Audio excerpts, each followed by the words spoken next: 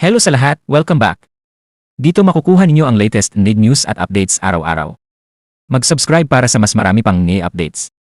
Umiinit ngayon ang usapan sa NBA matapos lumabas ang mga balita at online speculation na inuugnay ang Golden State Warriors kay Giannis Antetokounmpo ng Milwaukee Bucks. Kahit wala pang opisyal na kumpirmasyon, mabilis itong kumalat dahil anumang posibleng galaw na may kinalaman kay Giannis ay siguradong magbabago sa balanse ng lakas sa liga. Ayon sa mga ulat, may mga usapan tungkol sa future roster plans ng Milwaukee Bucks, kaya nagkaroon ng haka-haka tungkol sa long-term future ni Giannis sa team. May nabanggit ding ibang posibleng pangalan gaya ni Paolo Banchero, pero mas naging sentro ng usapan ang ideya na maaaring malink si Giannis sa Warriors sa hinaharap. Kung sakaling mangyari ang ganitong blockbuster move, isa ito sa pinakamalalaking balita sa NBA. Si Giannis ay dating AC at Finals NBA at isa sa pinakadominanteng players sa liga. Kapag napunta siya sa isang malakas na team, agad itong magiging championship contender. May mga nagsasabi rin na kahit maliliit na moves mula sa ibang teams tulad ng Lakers o iba pang Western Conference contenders ay pwedeng magdulot ng domino effect sa buong liga.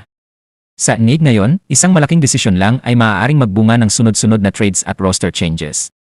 Sa ngayon, mahalagang tandaan na ang mga balitang ito ay nananatiling rumors at speculation pa lamang.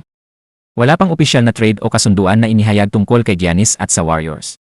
Gayunpaman, patuloy na tututok ang fans at analysts sa mga susunod na updates at balita mula sa mga team at insiders.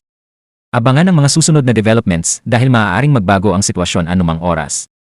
Manatiling nakatutok para sa mas marami pang NBA updates habang patuloy na umuusad ang kwentong ito.